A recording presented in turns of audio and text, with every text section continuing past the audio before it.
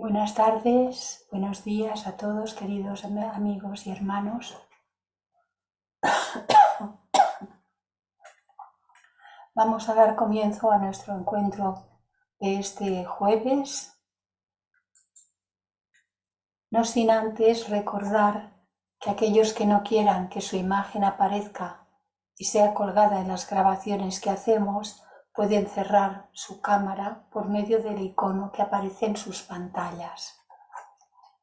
Es la ley de este país que nos obliga siempre a tener esta reseña. Y también recordar que si quieren recibir todos los programas que se realizan vía Zoom en la sección española, pueden escribir un mail a actividadesvirtuales.ste@gmail.com. Indican su nombre y apellido, su país o ciudad de residencia, la dirección electrónica y sobre todo el teléfono, porque es el medio para los grupos. Y si quieren ponerse en contacto conmigo para cualquier cuestión, pueden escribirme a clarisaelo@gmail.com y los atenderé gustosa. A veces puedo tardar un día o dos, pero bueno, normalmente lo hago rapidito.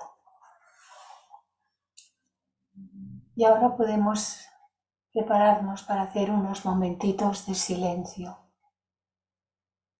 Y encontramos en el Katha Upanishad sobre el secreto de la muerte que nos dice: nacido, levántate, despierta, busca a los grandes maestros y escucha. El camino es estrecho como el filo de una navaja, difícil de recorrer. Pero aquel que ha percibido una vez a aquel que es, sin nombre, sin ser visto, impalpable, sin cuerpo, sin merma, sin extensiones, imperceptible por los sentidos, sin principio ni fin, intemporal, más alto que las alturas, más profundo que las profundidades. Mirad, ese se salvará. La muerte no tendrá poder sobre él.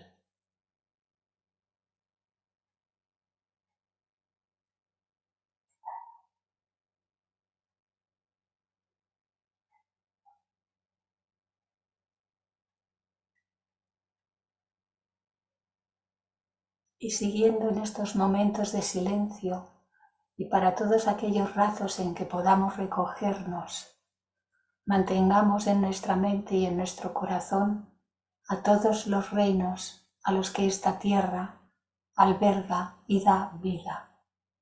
El reino mineral con todas las criaturas, el reino vegetal, el reino animal, el propio reino humano, con todos los seres que lo habitamos, sin diferencia de credo, casta, sexo, color, diferencia social, etc. Nada de todo eso debe impedir que los mantengamos en nuestro corazón.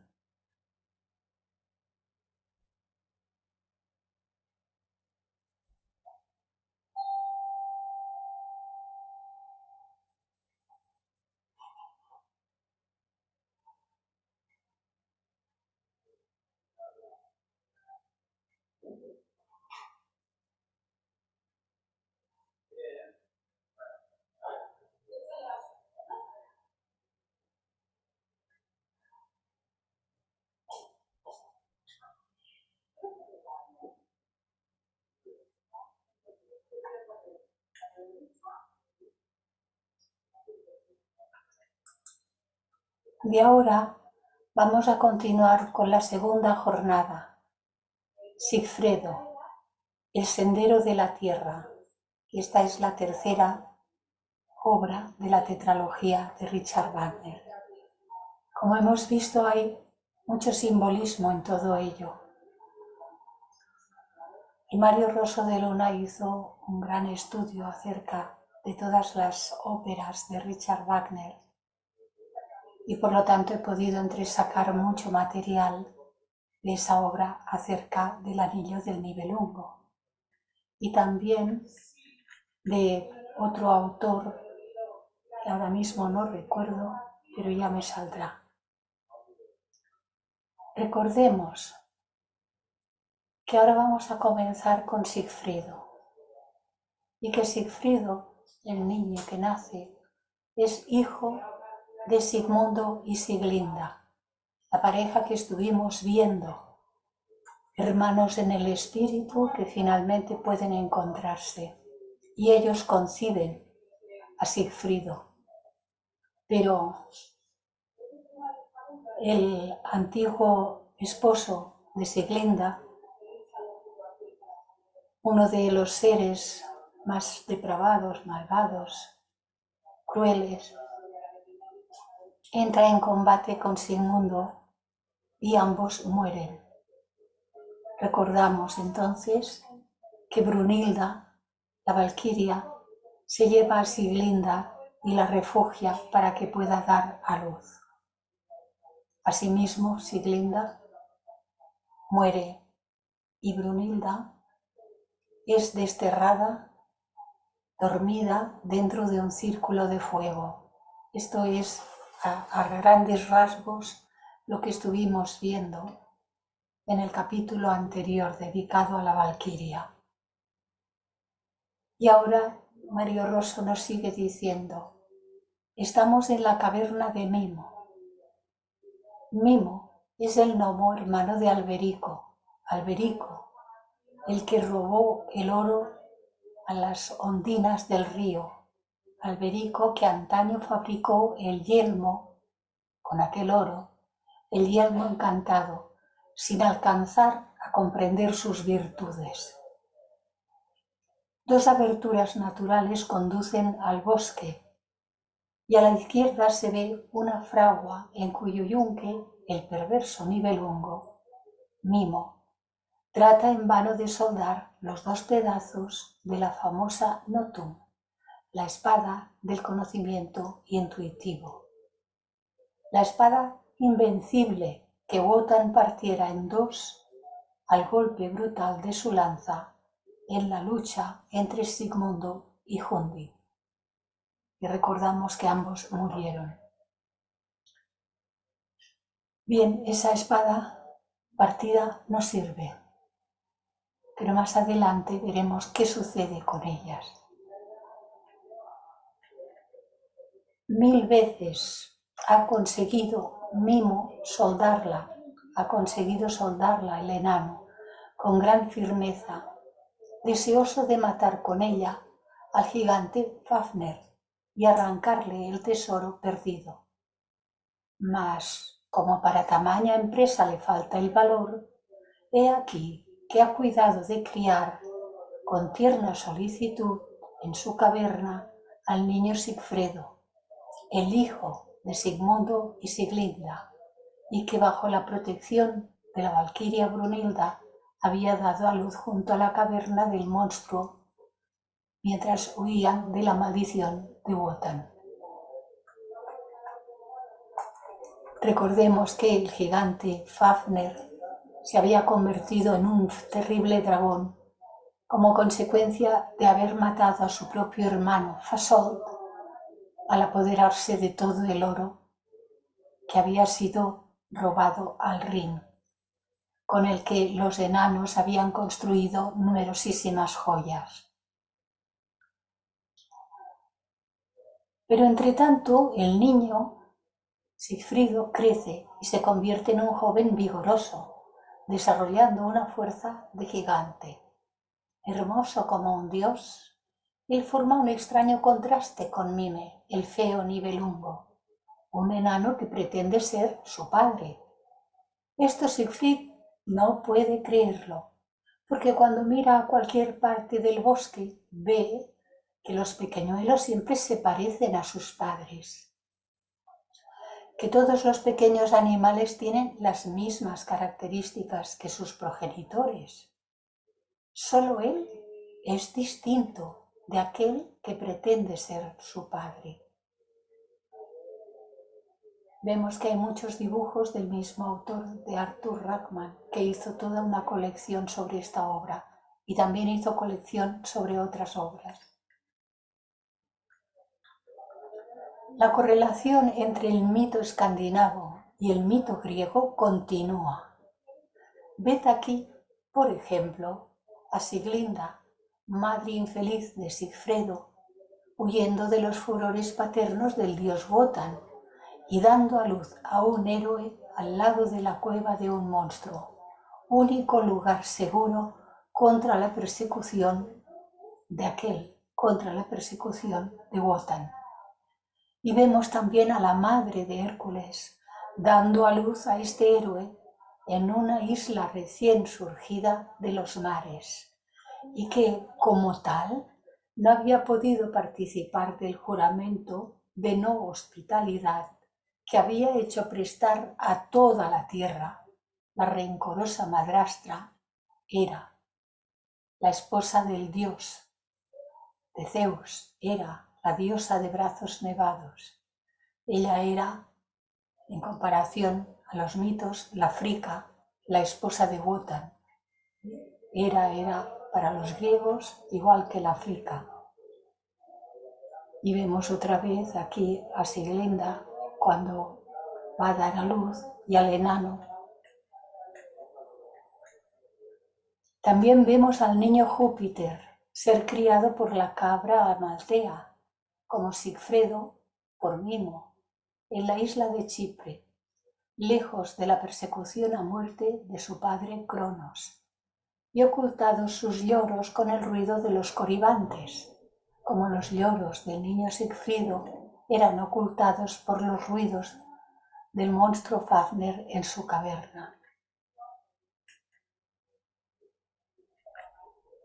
Los Balsums, los hijos varones de Wotan, los lobos, solo tienen ya un representante, el niño Sigfrido, que quedó en la cueva de Mime en Nibelungo, abandonado allí por su moribunda madre Siglinda.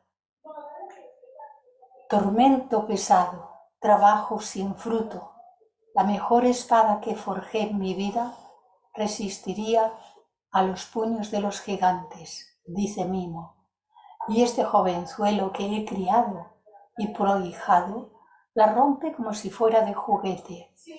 Carezco del arte que pueda unir los pedazos de la espada Notum. ¿Y qué premio tendría si pudiera lograrlo? Y vemos el yunque y vemos al enano y a Sigfrido.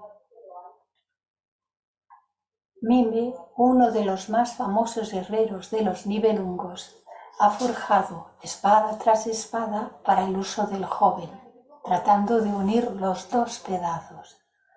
Pero cada una de ellas ha sido hecha pedazos por el brazo poderoso que las empuña, por Sigfredo.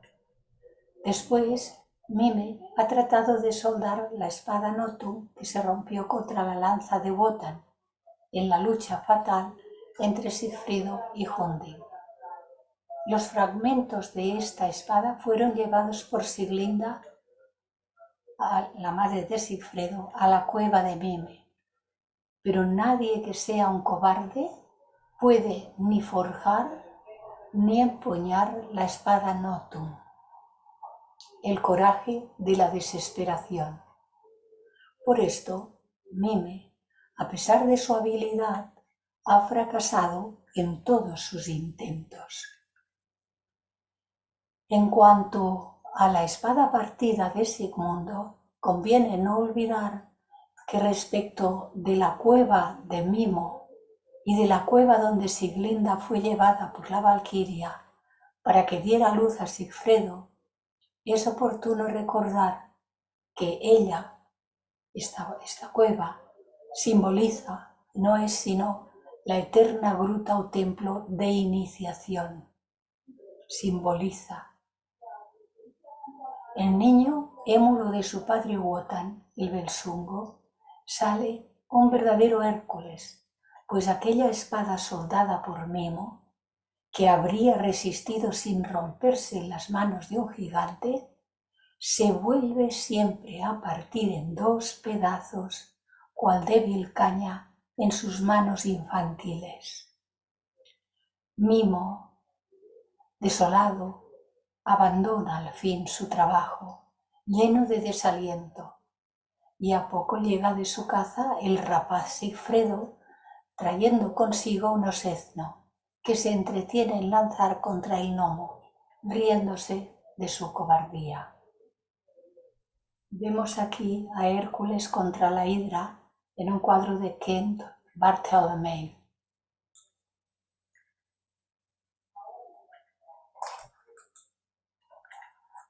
En vano el Nibelungo ha procurado, con maternales solicitudes, hacerse amar del joven héroe, a quien criara con la perversa esperanza y dicha de hacer de él y de su fuerte brazo el arma adecuada para matar al monstruo y apoderarse de su anillo,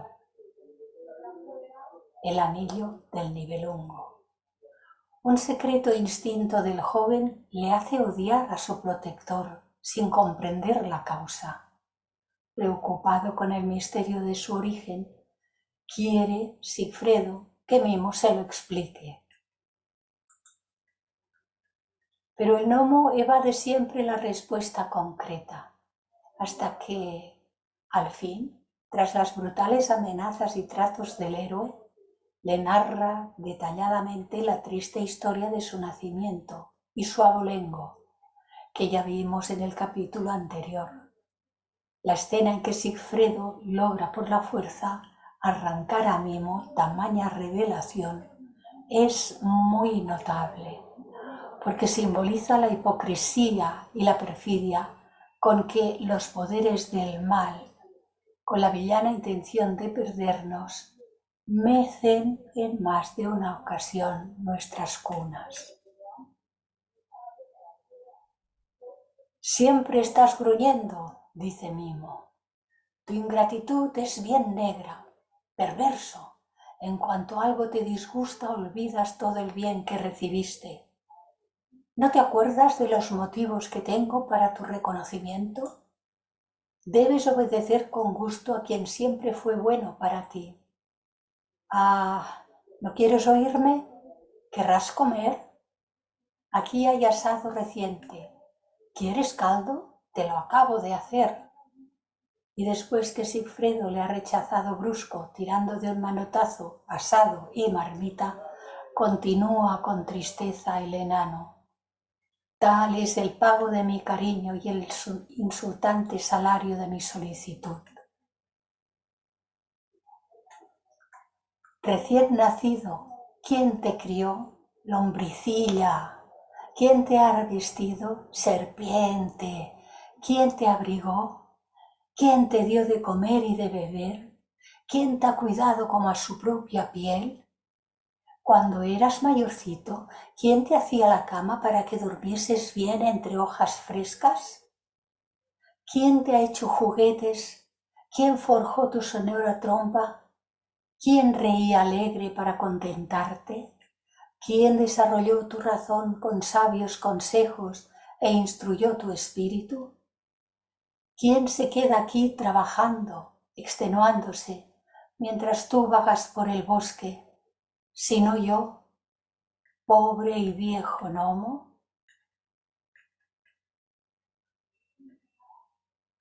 Me has enseñado mucho, Mimo, le responde Sigfredo, y todo lo he aprendido de ti, todo menos a sufrirte. ¿Me ofreces de comer o de beber? El asco me harta. ¿Me preparas un buen lecho para descansar? Pues dormiré mal. ¿Quieres instruir mi espíritu? Me quedo sordo y prefiero seguir siendo un bestia. El menor de tus movimientos o gestos me incitan a saltar sobre ti, monstruo, y apretándote la garganta, ahogarte. Así es como aprendí a sufrirte, Mimo. Mientras tanto, puesto que conoces tanto, ayúdame a comprender una cosa en la que en vano reflexiono. ¿Por qué yo, que para separarme de ti huyo sin cesar al bosque, vuelvo a pesar mío? Explícamelo. Eso te prueba, hijo mío, cuán grato es mimo para tu corazón. Sigue, Sigfrido. No olvides que no te puedo sufrir, que prefiero ver cara a cara a cualquier fiera que contemplarte a ti. Es un defecto de tu naturaleza, continúa Mimo, de tu naturaleza salvaje que debes dominar. Los cachorros claman por el cubil de sus padres. Ese sentimiento se llama amor. Por eso tienes sed de mí, porque me amas sin saberlo. Por eso vuelves al nido de tu mimo, como los pajarillos que no saben volar vuelven al reclamo de los pájaros grandes.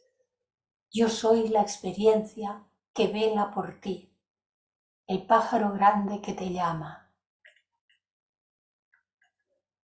Bueno, Mimo, puesto que sabes tantas cosas, dice melancólico Sigfrido, dime, ¿por qué los pajarillos pían llamándose unos a otros? ¿Es porque son macho y hembra? No se separan nunca, hacen su nido, y cuando los recién nacidos baten las alas rodeándolos solícitos, lo mismo hacen todos los animales, hasta las bestias feroces. Yo lo vi, por eso no quito los cachorros a sus madres. Pues bien, Mimo, ¿dónde escondes a tu hembra? ¿Dónde está para que yo la pueda llamar madre? ¿Qué te pasa, loco?, dice Mimo contrariado. ¿Eres un pájaro? ¡Qué ignorante eres! Recién nacido tú me criaste, lombricilla, sigue diciendo Sigfrido. Tú me vestiste. Pero, ¿de dónde salió esta lombricilla? ¿De dónde vino este recién nacido? A menos que me hayas hecho sin madre. Sigfrido quiere saber cómo es que puede haber un niño sin madre. Y aunque el enano intenta convencerlo de que él es su padre y su madre a la vez, Sigfrido no le cree y le recrimina el embuste. Y los hijos se parecen a los padres. En las aguas claras de los arroyos he visto reflejarse los árboles, los pájaros, las nubes. Allí también contemplé mi imagen y me he visto completamente distinto de ti. Dime, entonces, ¿quiénes fueron mis padres? Debes creer sin investigar más todo cuanto yo te digo, objeta Mimo acorralado. Yo soy tu padre y tu madre, todo junto. Mientes, monstruo, contesta Sigfredo. He visto cómo los hijos se parecen a sus padres. He ido al arroyo y allí he visto la imagen de los árboles y de los animales, el sol y las nubes. Yo mismo me he contemplado y vi que no nos parecemos, que soy muy distinto de ti, tan diferente como un pez refulgente de un sapo inmundo. Y los sapos no son los padres de los peces. Tal razona como Sigfredo siempre la inocencia contra los falsos pietismos de aquellos que la quieren engañar a la puerta del lupanar, de la casa de juego, de la taberna, de la estafa, ay, y aún del convento. Gimiendo encontré en el bosque a una mujer, dice Mimo. La traje junto a mi fragua para calentarla. En este sitio naciste tú. Ella murió y tú te salvaste. Por ella me fue dado tu nombre. Debía imponértelo porque te haría fuerte y libre. Puesto ya al tanto, gracias a sus amenazas, nuestro héroe acerca de su verdadero y trágico origen, pide las pruebas de todo ello. El gnomo entonces aporta los 2 pedazos de la espada de su padre, y el joven, a su vez, intima al odioso nivelungo que, sin excusa, para cuando regrese de su correría matutina, la tenga ya forjada, sin pérdida de tiempo, la espada mágica de sus mayores. Cuando el perverso gnomo, aterrado ante la amenaza de Sigfrido, se deja caer impotente junto al yunque. Y Mime, agobiado por su trabajo sin fruto y sin descanso, prosigue la forja. Oh, si él pudiera unir los fragmentos de Notu. Fafner, el gigante, en cuyo poder está el anillo del Nibelungo y el casco alado, dueño de todos los tesoros que exigiera por la devolución de Freya, es ahora un dragón misterioso y terrible, de inmenso cuerpo, boca armada de filosos dientes, desgarradores de carne y una cola poderosa que destroza golpeando. Si Notu fuese soldada, el joven que ha criado Mime, el enano, podría librar combate con el dragón y conquistar el tesoro del Nibelungo para su tutor. Alberico, su hermano, que robó el oro del Rin, no cuenta para nada en este plan. Aquel niño se ha convertido en un joven hombre, alto, fuerte, erguido y hermoso como un dios. Sigfrido es su nombre y suya es la exigencia de soldar a Notu, la espada, y aquel enano, por más que se esfuerza, no puede lograrlo. Cuando por su fuerza prodigiosa pudo capturar un oso y llevarlo a la cueva de Mime, este queda casi paralizado de miedo, emoción que Sigfrido desconoce por completo. Sigfrido entra en la gruta trayendo consigo un oso apresado en el bosque, que incita contra Mime con alegría maliciosa. Muérdelo, cómelo, cómete a ese inútil forjador. Aparta de mí esa fiera, dice temblando Mime, acurrucado detrás del hornillo. Lo traigo para atormentarte mejor. A ver, pregúntale por la espada. Y acerca el oso que gruñe al enano, y éste gime espantado. Hoy la acabaré de pulir, asegura. En ese momento aparece el dios Wotan, disfrazado de viajero, envuelto en ancho manto azul oscuro, el color de la más alta espiritualidad, y en la mano, a guisa de báculo, su poderosa lanza. Cubre su cabeza un gran sombrero, cuyas anchas alas caen sobre su ojo güero, pues el dios es tuerto desde el día en que, deseoso de beber las aguas de la sabiduría en el pozo de Mimer, o de Mnemósima, la diosa de la memoria o luz astral, que es el archivo fiel de todos los sucesos del pasado, tuvo que dejar en prenda uno de sus ojos.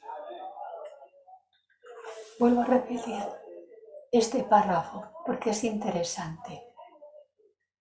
El dios cubre su ojo güero, su ojo tuerto, pues el día que deseoso de beber las aguas de la sabiduría fue al pozo de Mimer, no es Mimo, es otro. Mimer lo vimos en la introducción, o de la Mnemósima, la diosa de la memoria o luz astral, pues así es llamado el registro de todo lo pasado, lo presente y las posibilidades de lo futuro. En la luz astral, que no es exactamente el plano de astral o kama, etcétera, sino la luz astral con mayúscula. Este es el archivo fiel de todos los sucesos del pasado. Dice, y tuvo que dejar en prenda uno de sus ojos. Es decir, es como para tener el conocimiento hemos de perder, dejar de ver lo fuera, de afuera, lo externo, lo que nos entretiene, lo que nos distrae, si bien esta es una elección libre, cuando seamos capaces de hacerla. para poder ver lo interior, hemos de dejar de ver todos los movimientos que suceden a nuestro alrededor en forma de distracciones. Y por ello ahora nos habla del ojo güero de Wotan y la glándula pineal. Este típico detalle de la leyenda escandinavo-wagneriana es un eco fiel de la verdadera doctrina arcaica. El ojo güero de Wotan no era sin duda uno de los dos ojos que dan vida y luz a la fisonomía del hombre, sino el tercer ojo, el ojo de la intuición o de los cíclopes, que algunos creen equivocadamente que estuvo situado verticalmente sobre el entrecejo, tal y como se ve en muchas imágenes del Buda en el Museo Guimet de París y en otros también. Sobre este tercer ojo, cuyo resto atrofiado hoy bajo el cráneo es el embudo o vástago pituitario y su glándula pineal. El cuerpo pituitario y la glándula pineal. Pueden verse infinitos detalles en la doctrina secreta de Blavatsky. De él se dice en los libros orientales que fue el único ojo, el ojo astral y central de las primeras razas humanas, antes de desarrollar el sexo, y con él la vista ordinaria de los otros ojos gemelos nuestros, porque eran las primeras razas donde todavía se estaban densificando poco a poco los vehículos. Antes de que el cuerpo físico denso que conocemos ahora se hubiese densificado a ese nivel, el ojo que aparecía en la parte etérica, que sí estaba formada, era este ojo tercero que luego quedó aquí dentro. Cuando se densificó el cuerpo, la vida, las leyes, la evolución ya habían preparado dos ojos para que pudiésemos relacionarnos con el mundo físico exterior y por lo tanto este quedaba dentro. El cuerpo pituitario y la glándula pineal, ambos.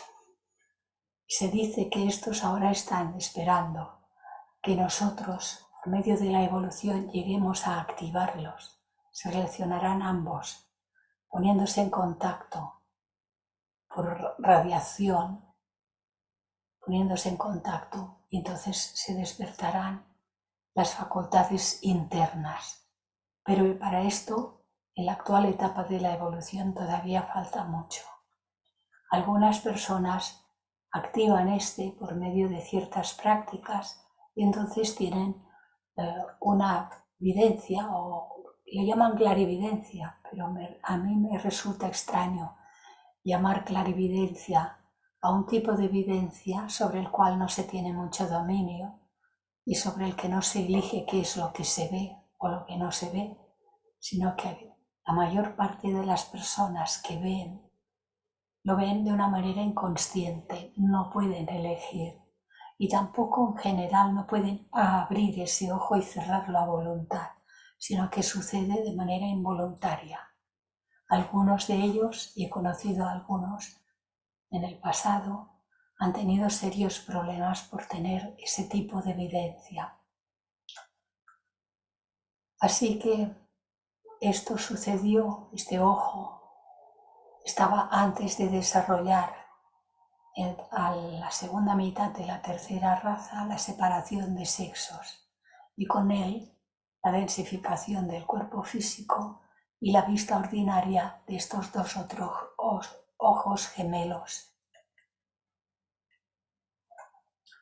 Dicho ojo, aquel que se fue atrofiando lentamente, hasta desaparecer por completo bajo el cráneo y dejó de funcionar entre lemures y atlantes. Volverá a ser activo entre las razas futuras, más evolucionadas que la presente, cuando nuestra hoy naciente intuición, muy naciente, asuma de lleno su papel como la facultad más excelsa de la mente, es decir, de Buddhimanas. La llamada visión astral de los sentidos e hipnotizados está de los sensitivos. La llamada visión astral de los sensitivos, los psíquicos e hipnotizados está relacionada con dicho tercer ojo y también todos los fenómenos conocidos y por conocer respecto a la telepatía y transmisión de pensamiento a distancia. La leyenda tiene también otros varios aspectos ocultistas. Más adelante, el propio Wotan dice: gracias al ojo que me falta, ves el ojo que me resta. Oscuro giro que alude al sol u oculus mundi y a su compañero oculto, el sol conjugado. Para nosotros invisible, pues no tenemos ese ojo interno activado para poderlo penetrar. Para nosotros ahora es invisible, al que se ha llamado astrológicamente Hermes o Mercurio, no el planeta de este nombre, por supuesto, no el planeta, sino ese sol interior. Blavatsky dice de este último: Mercurio, como planeta astrológico, es de significado mucho más oculto que Venus e idéntico al Mitra mazdeísta de los misterios, el genio o Dios establecido entre el Sol y la Luna, y el compañero perpetuo del Sol de sabiduría, Pausanias. En el libro quinto, Pausanias en el libro quinto lo muestra teniendo un altar en común con Júpiter.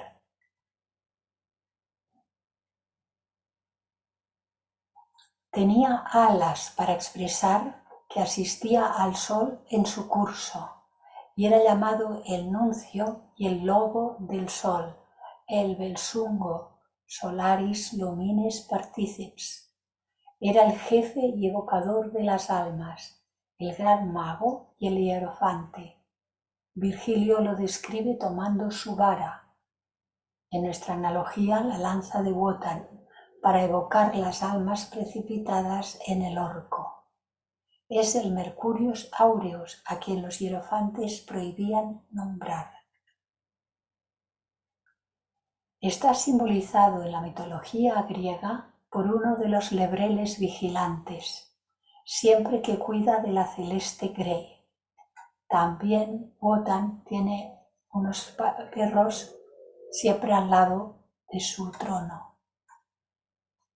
Así que en la mitología griega había unos lebreles vigilantes, siempre que cuida de la celeste Grey, sabiduría oculta, o Hermes, Anubis, o Agatodaemon, que también es así llamado. Es el Argos que vela sobre la tierra y que ésta toma equivocadamente por el sol mismo. El emperador Juliano oraba todas las noches al sol oculto por la intercesión de Mercurio, pues como dice Bosius, todos los teólogos aseguran que Mercurio y el Sol son uno. El mito relativo al ojo que le falta a Wotan, o sea, la pérdida del tercer ojo de la intuición, tiene sus correlaciones como no podía ser por menos. En las 1001 noches, en aquellos 3 calendos hijos de reyes, a quienes ve en el palacio de las maravillas, una pobre mandadera en larga conversación con las 3 doncellas que simbolizan sus respectivas psiques. Todos ellos son tuertos como Wotan, es decir, esos 3 calendos son tuertos como Wotan, es decir, que han perdido dicho tercer ojo, gracias a sus imprudentes aventuras mágicas en la que débiles e insensatos fracasasen. Hay personas que empiezan a hacer ciertas prácticas con el deseo insano de desarrollar antes de tiempo poderes psíquicos, con lo cual lo que consiguen es atrofiar lo que podría ser más adelante ese tercer ojo en funcionamiento. Eso tiene consecuencias kármicas que en ocasiones, según su grado, pueden durar por varias existencias. Por lo tanto, sabemos que en la literatura teosófica se nos dice y se nos advierta por activa y por pasiva que no hagamos ninguna acción dirigida a desarrollar esas facultades psíquicas, que ellas ya se desarrollarán cuando sea su momento. Nuestro momento actual es el de prepararnos, purificando nuestros vehículos, esa purificación del pensar y sentir, los actos y las palabras, desarrollar la más elevada inteligencia por medio del estudio, la observación, la meditación, y sin prisas, porque lo que tenga que venir vendrá a su debido tiempo. Las respectivas historias de los tres Calendo, como todas, son un curso de ocultismo, con escenas que, de lejos o de cerca, recuerdan las de la tetralogía de Wagner y las de todas las leyendas de su clase, dentro de la leyenda universal y una, poético velo de la cábala o doctrina tradicional perdidas. Y regresamos ahora a la cueva de Mimo. El viajero, que se nos había dicho que había llegado a la cueva, finge pedir hospitalidad a Mimo. El nivelungo, Mimo, desconfiado instintivamente de él, se la niega, pero el viajero se queda, decidido. Mi experiencia es grande, le dice, pues he girado mucho sobre la corteza del mundo. Más de uno debe a ella el remedio de sus torturas. Me interrogaba y mi respuesta era su premio. Y pues que hablaste de ciencia, apostaremos. Yo empeño mi cabeza. Tuya es, si a fuerza de interrogarme no aprendes lo que necesitas saber. Esto le dice a Mimo. Mimo, con humildad, replica que hace tiempo abandonó su patria y se separó de su madre. La mirada de Wotan un día iluminó su cueva. Empleará todo su ingenio en salvar su cabeza, pues. Mimo, para desembarazarse del espía importuno, le hace preguntas capciosas. Le hace a Wotan preguntas capciosas y acepta la apuesta de la cabeza de su huésped si no le contesta a las 3 preguntas que le quiere hacer, y que son: la primera, ¿qué estirpe vive en las profundidades?, pregunta Mimo. Y Wotan contesta: los Nibelungos, y Nibelheim es su patria. Son negros, y Alberico en un tiempo fue su rey mediante el poder mágico de un anillo forjado con el oro del Rin, que robó a las ondinas y que le proporcionó incontables riquezas. Mucho sabes, viajero, pero dime ahora. La segunda, ¿qué especie domina en la superficie de la tierra?, pregunta Mimo. La raza de los gigantes, cuya patria es Riesenheim. Asolt y Fafner fueron los gigantes que ganaron el anillo del Nibelungo, del Nibelungo Alberico, y con él su poder. Sin embargo, la maldición del anillo los llevó a la discordia y a la lucha a muerte. La tercera, pregunta Mimo, ¿qué estirpe habita la región de las nubes? Contesta ahora, viajero. Los dioses, dice Wotan, su morada es el Valhalla, con sus habitantes y sus esplendores. Wotan los rige y su lanza está hecha de la rama sagrada del fresno del mundo. En su asta están las runas, fórmulas misteriosas e inscriptas que revelan los pactos convenidos. Quien posea la lanza es dueño del mundo. Ante Wotan se inclina el ejército de los Nibelungos y la raza de los gigantes acata sus consejos. Fijémonos aquí que dice que Wotan lleva la lanza hecha de la rama sagrada del fresno del mundo. En su asta están las runas, las fórmulas misteriosas e inscriptas que revelan los pactos convenidos, es decir, están inscriptas las leyes universales. Ahí están inscritas todas las leyes universales.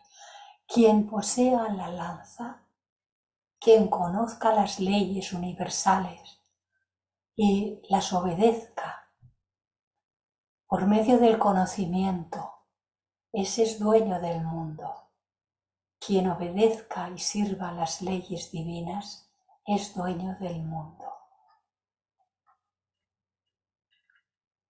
El viajero, Wotan, al informar con maravillosa precisión a todo ello, se muestra el más perfecto conocedor de los cielos, de la tierra y del abismo ante el estupefacto mimo. Triunfante así, el viajero pretende tomar revancha contra Mimo y le hace a su vez 3 preguntas, bajo amenaza de cortarle la cabeza si no responde a ellas de un modo terminante y claro. Estas 3 preguntas son: por la primera, ¿cuál es la raza a quien Wotan, a pesar de su crueldad aparente, ama sobre todas las cosas de este mundo? La raza de los héroes Völsungos a la cual tanto ha perseguido? Y responde Wotan: la de los Völsas. La de los Völsas. Sigmundo y Siglinda, 2 desdichados gemelos, descienden de ella. Fueron padres de Sigfrido, el más poderoso de su raza. La segunda pregunta Mimo. Esta pregunta versa acerca de cuál es la espada que esgrimida por Sigfrido puede matar a Fafner y recobrar el anillo. Y responde Wotan: Nothung se llama la espada. Wotan la hundió en un fresno de donde solo Sigmundo logró sacarla. Con ella fue al combate contra Hunding, pero Wotan se la quebró en pedazos. Sus trozos los guarda un hábil herrero, pues con ella Sigfrido, niño sencillo y osado, vencerá al dragón Fafner. A entrambas interrogaciones ha respondido con rara precisión el Nibelungo. Eres sagaz entre los sagaces, le responde el viajero, pero como lo eres para explotar al heroico niño, poniéndole al servicio de las ambiciones de un gnomo, ¿lo serás para contestar a mi tercera pregunta? Dime, pregunta Wotan, ¿quién podrá rehacer la Nothunga haciéndola resucitar de sus inertes trozos? Mimo queda aterrado, porque aquella pregunta del viajero era precisamente el enigma a la sazón, perseguido por sus vanos esfuerzos. Deberías preguntarme 3 veces, y a las 3 preguntas tuyas contesté, le dice con desprecio el viajero a Mime al despedirse. Hipócrita, me has interrogado sobre asuntos vagos, lejanos, sin aparentar interesarte por aquello que te toca tan de cerca, lo único que podría interesarte en verdad. El viajero insiste: eres muy ingenioso, pero ¿a que no sabes responder quién ha de forjar con los pedazos de Nothung la futura espada? Mime, no puede contestar a esta pregunta y confiesa su ignorancia, ya que, aunque es el más sabio herrero, no ha podido forjarla. Con tono sibilino el extraño le comunica que tal cosa solo podrá hacerla quien no sepa lo que es miedo. Solo podrá forjar la espada quien no sepa lo que es miedo. Y luego agrega: solo quien no sepa lo que es el miedo podrá forjar de nuevo la notunga. En cuanto a tu cabeza, se la dejo al que jamás supo temer, dijo, y se marchó riendo de la maldad al par que de la cobardía de Mimo, el hermano de Alberico. El miedo, justamente, es lo que no le enseñé al niño, dice desolado Mimo, cuando ve partir triunfante al viajero. El Nibelungo queda aterrado. El viajero ha desaparecido en el bosque circundante. Mime se deja caer junto al yunque y medita abatido. Un vivo resplandor y un gran estruendo le llega desde fuera. Es Fafner, el dragón, que pasa hacia su cueva aplastando y destrozando lo que encuentra a su paso. El enano, rendido y tembloroso, queda escondido a la espera de Sigfrido. Un grito alegre y juvenil lo vuelve en sí. Es el joven que regresa.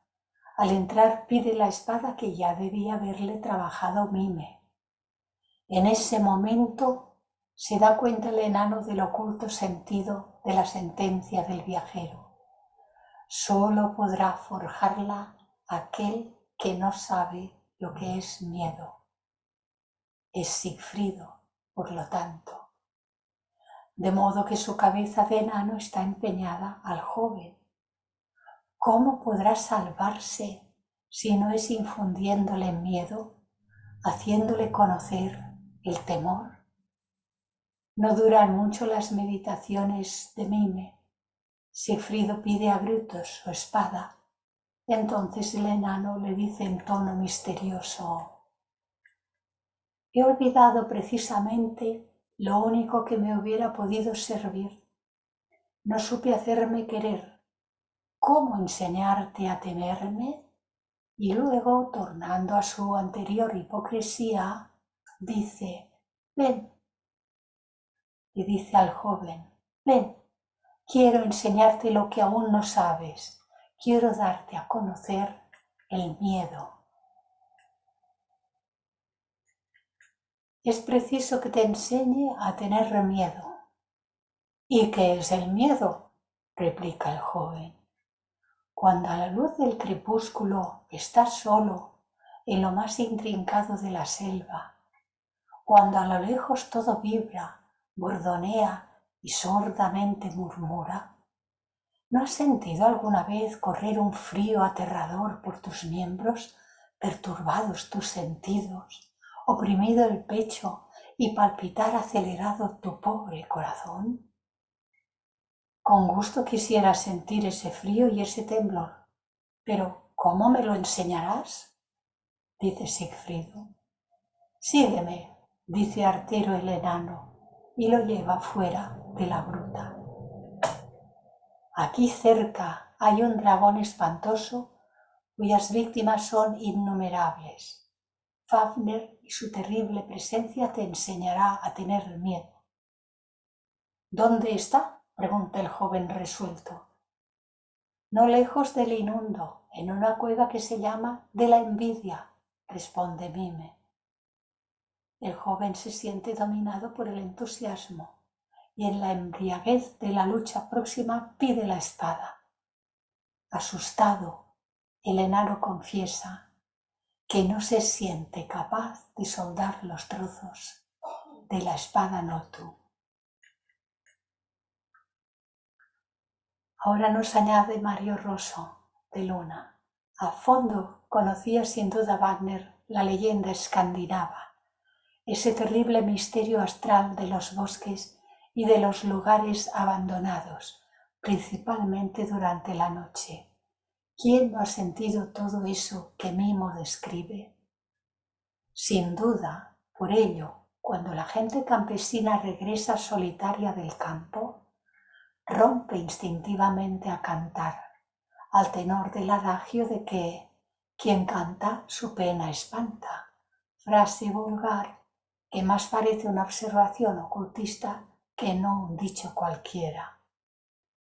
El que estas líneas escribe, es decir, Mario Rosso de Luna, ha hecho observaciones sobre el particular, visitando de noche lugares solitarios, lejanos o sombríos, y conoce por propia experiencia el terrible combate que nuestro ser entabla con las entidades invisibles, los poderes de las sombras con los que está la humanidad más esclavizada de lo que parece.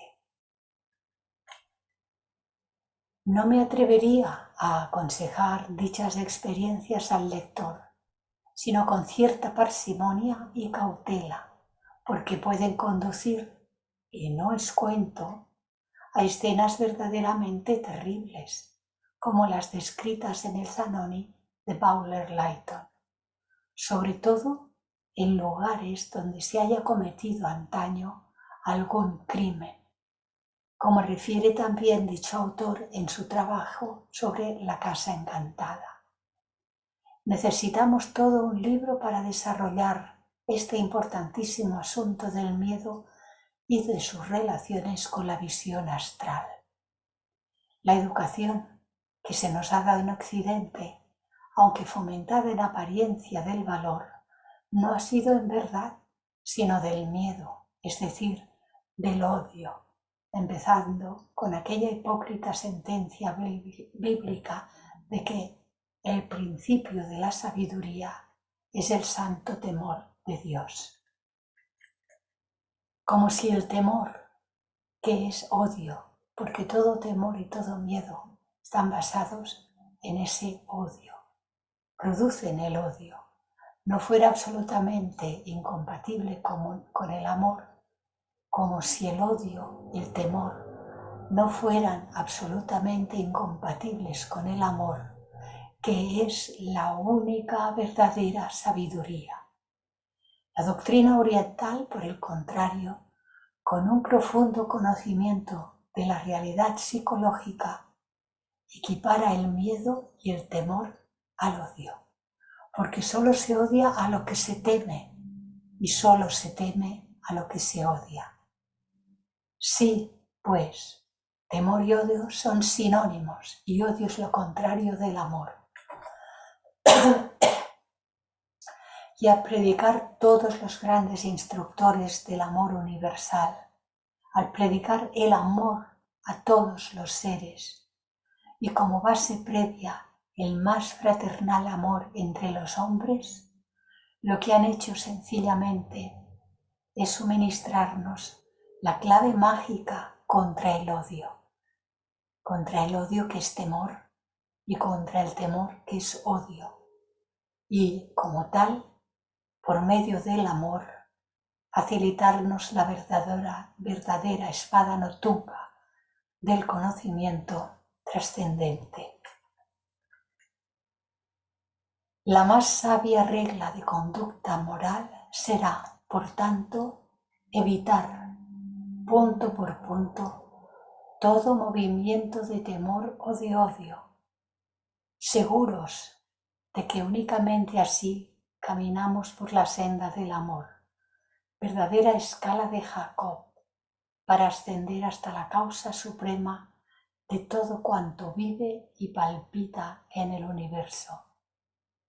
Ahora se comprenderá mejor que nunca el por qué todos los grandes movimientos redentores del mundo, desde los más antiguos iniciados hasta ayer la Revolución Francesa y hoy las doctrinas de Blavatsky, han predicado como base sine qua non del verdadero progreso humano, que es valor y es rebeldía, han predicado el principio amoroso de la fraternidad.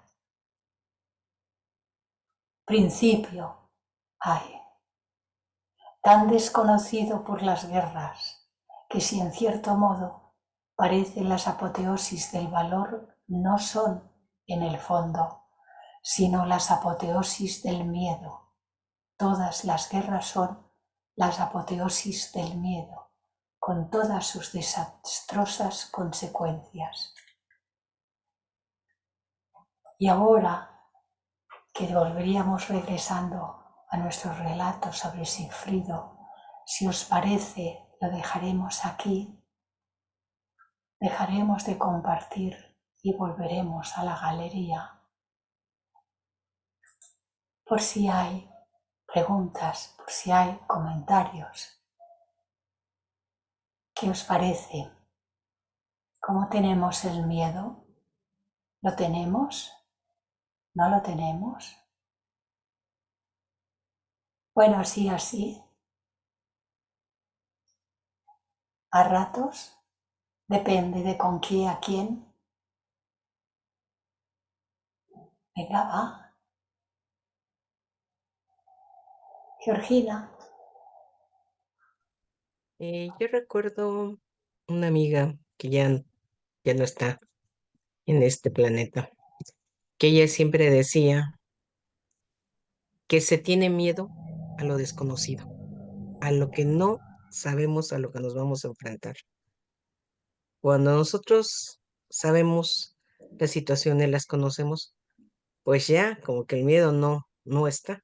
Sin embargo, cuando nos vamos a enfrentar a algo que no conocemos, decía, ahí sí, entonces empiezan a expresarse, a manifestarse el miedo. Y pues muy bonita este relato de el nacimiento del niño, de Nibelungo.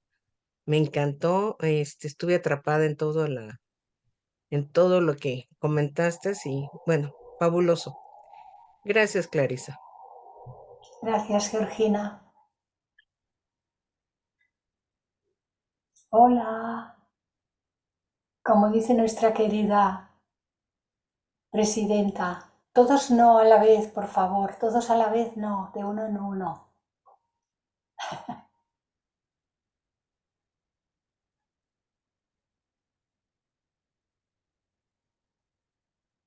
Bueno, que estuvo todo precioso, que realmente es aclaratorio de muchas cosas, esto que has dicho para ponerlo en práctica, que lo que no conoce se teme, y es una realidad. Para no temer hay que conocer, y solamente lo vemos como diferente porque no queremos conocerlo por miedo, o sea que es como una pescadilla que se come la cola, ¿no? Que se cierra.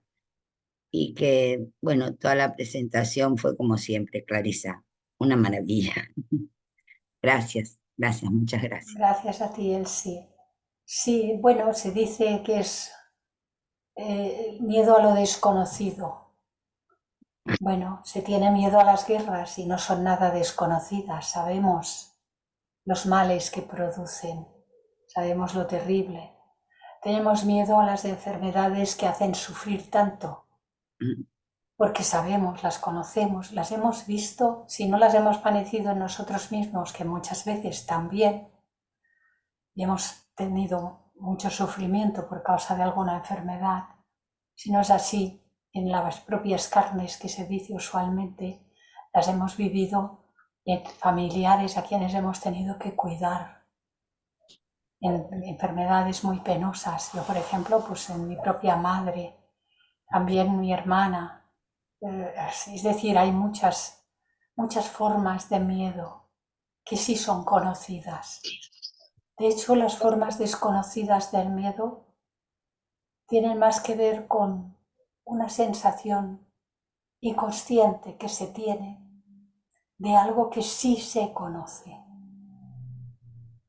Nosotros hemos conocido en otras vidas muchas cosas que ahora en esta no recordamos, pero que hay en el fondo, en nuestro fondo, en nuestro subconsciente, aparte del inconsciente colectivo que también está, pero en nuestro propio subconsciente, está todo aquello por lo que hemos pasado. A veces hay alguien que dice, y estoy solo, y de pronto, solo sola, y de pronto se me pone la piel de gallina y noto una vibración y tal, y me tengo un miedo que estoy aterrorizada o estoy aterrorizado.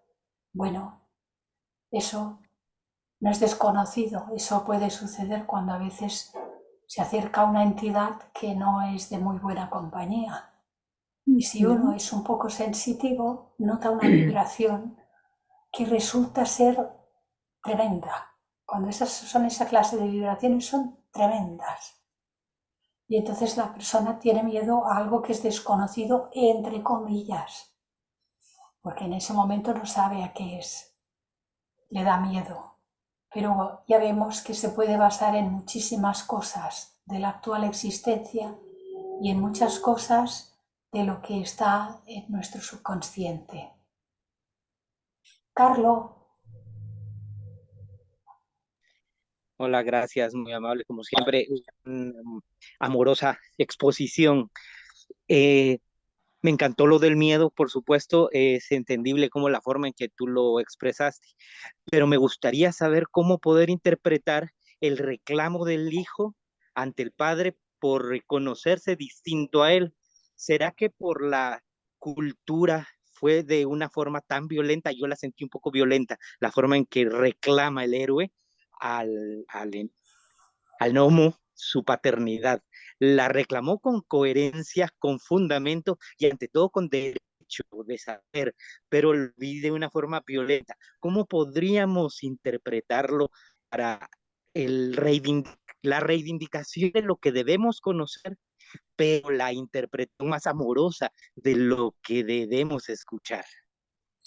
No sé Fijémonos si me doy a que, entender, Clarisa. sí, gracias, Carlos. Fijémonos que esa parte, toda la parte que nos ha contado ahora es desde la infancia hasta esa edad, que ya es un joven fuerte, no conoce nada más que vivir con Mimo, al que sabe que es su padre, no sabe otra cosa, y en los bosques. Y él va y viene al bosque, no conoce otra cosa y no conoce a ningún ser humano más que esto. Pero él, desde su interior, sabe, comprende que ese no es su padre y que no hay una madre, porque lo ha visto en los animales y ahí esa inteligencia sí que funciona, pero no es un ser maduro, él todavía es un ser inmaduro y responde de acuerdo a ese furor de la gente joven que lo arrebataría todo, que lo correría todo, que asaltaría todo, y que luego, cuando uno va comprendiendo más, se calma más. Eso suele ser por norma general, se calma más y entonces quiere respuestas a las preguntas que tiene, las quiere, las necesita. Algo en su interior necesita saber esas respuestas y lo hace con cierta violencia propia de la edad que tiene en ese momento. Más adelante veremos cómo es la cosa. Hay diferentes cambios en la vida de un ser humano, muchos cambios. Nosotros mismos los hemos visto, me parece que todos nosotros mismos hemos visto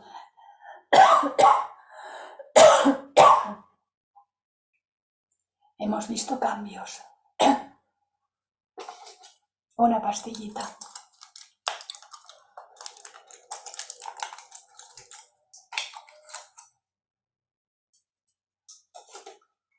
Tengo la garganta un poco así.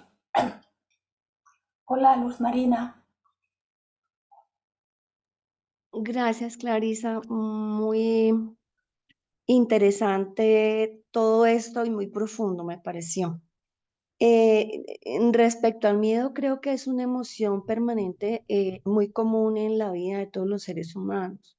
Se tiene miedo a que las cosas cambien, a que haya un verano muy fuerte, a que nieve mucho, a que no será aprobado, a muchas cosas, ¿no? La cultura general es una cultura de no autenticidad, sino de pronto del qué dirán o qué es lo correcto o la realidad que está, y también se le tiene miedo al cambio. Entonces, creo que es una emoción interesante seguir reflexionando sobre esto. Y lo otro respecto al comentario de Carlos, a mí me dio la impresión que aquí Sigifredo tal vez se sienta dura la forma en que interroga al enano, pero realmente creo que en el interior se da cuenta que le estaba manipulando, que no era cierto, que era mentira. O sea, allí había una falsedad y él ya es como no sé cómo interpretarlo, si en este momento el héroe ya es muy firme en la dirección que debe seguir y percibe fácilmente cuando hay falsedad y reacciona con firmeza, porque es la única manera en que puede romper la manipulación del enano. Entonces, digamos, hay como, en lugar de, yo no lo interpreto como violencia, sino como firmeza, como una agudez sensitiva, mental, psíquica, de que va en falso, ¿no? Porque me llama mucho la atención aquello de cómo es posible cuando se está ante la oscuridad, la caverna, como la manipulación, dijiste allí, cuando se está dentro de la oscuridad, es una herramienta que impide al héroe seguir. Y creo que aquí Cifredo en esta etapa, él ya está muy centrado hacia dónde va y obviamente la manipulación o la mentira no la tolera y con firmeza y ya el enano se da cuenta de que me dice la verdad y la puede encontrar porque es firme con eso. Me pareció, lo sentí así. Gracias. Gracias, Luz. Sí, sí, muy bien interpretado, ¿eh? Pero están ambas cuestiones. Por eso he dicho, desde su interior reclama, aunque no sepa muy bien por qué, en principio, más adelante ya se averigua todo. Pero volviendo al miedo. El miedo, cualquier clase de miedo, solamente tiene un origen: la ignorancia de la verdadera naturaleza del universo y de todo lo manifestado y de nuestra verdadera naturaleza. Es por eso que es tan absolutamente necesario que profundicemos en el estudio de la teosofía. Digo teosofía porque es un conjunto de conocimientos. En el estudio, no para acumularlo aquí, no. Despacio. Cuando se está leyendo, de pronto dice algo que hace referencia a algo que hemos de poner en práctica. Uy, estás leyendo y uy, esto me compete a mí. Coger una libreta y apuntarlo, porque luego se olvida, porque va uno más adelante o si se tiene muy buena memoria, quizás no. Pero sobre todo, ¿qué ocurre? Yo ya lo he oído un montón de veces. Con estos encuentros, en la rama también lo había oído algunas veces, pero con estos encuentros que dan la oportunidad a tantísimas personas de los diferentes ámbitos y países, lo he oído en más de 4 ocasiones. Una conferencia, el conferenciante está exponiendo una serie de cosas de naturaleza teosófica, Siempre hablo de naturaleza teosófica. Y cuando finaliza, se levantan algunas manos y alguna mano de las que se levantan pregunta: ¿y qué tenemos que hacer para hacer bajar la realidad hasta nosotros? Y yo digo, para mis adentros, si es lo que ha estado explicando todo el tiempo durante la conferencia, ¿qué hacer? Lo explica la teosofía constantemente. Pero resulta que hemos de poner en práctica nuestra vida cotidiana. Y no hay grandes cosas, son cosas que aparentan ser tan sencillas como que no las va a ver nadie. Solamente que uno hace cambios en su interior, en la forma de pensar, la forma de sentir, la forma de hablar, la forma de actuar. Va haciendo cambios. Un día y otro día y un mes y otro mes y un año y otro año y 10 años y 20. Y va cambiando cosas. Y su vida cambia, se transforma. La Clarisa que veis hoy no es la Clarisa de hace 30 años, ni 20, ni 10, ni 5.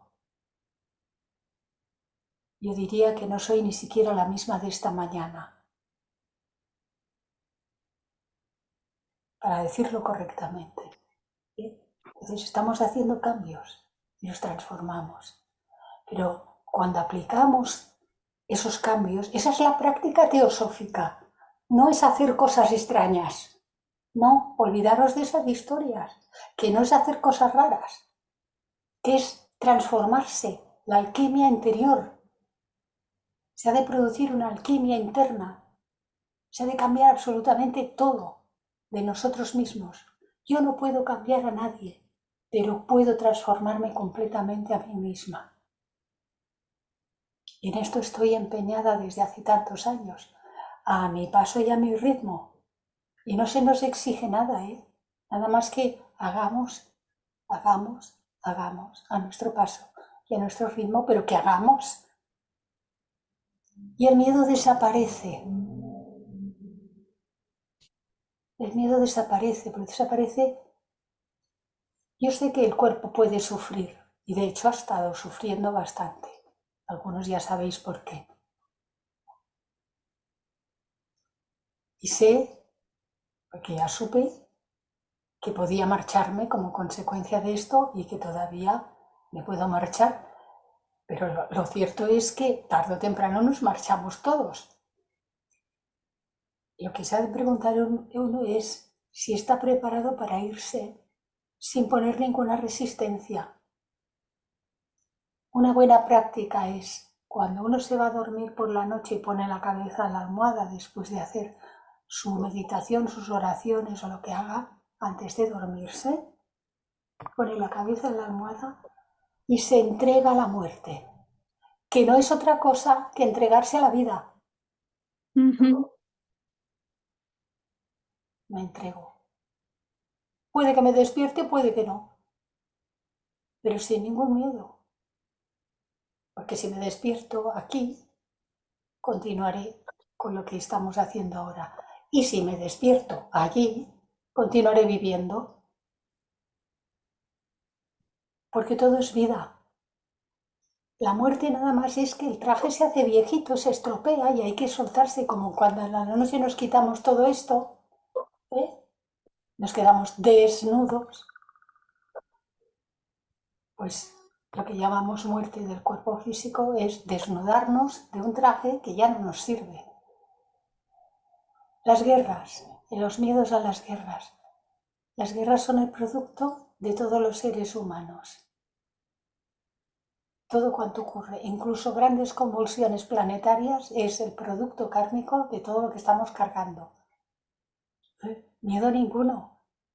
Lo que hay que hacer es hacer lo mejor que sabemos y podemos a cada instante y cuando llega algo afrontarlo con el conocimiento y el convencimiento, porque es ese conocimiento. Lo que llega a mí, señal que es mío. De bueno y de no tan bueno. Lo que llega a mí, señal que es mío. Al vecino le llega lo suyo, a cada uno le llega lo suyo, porque la ley es divina y no se equivoca.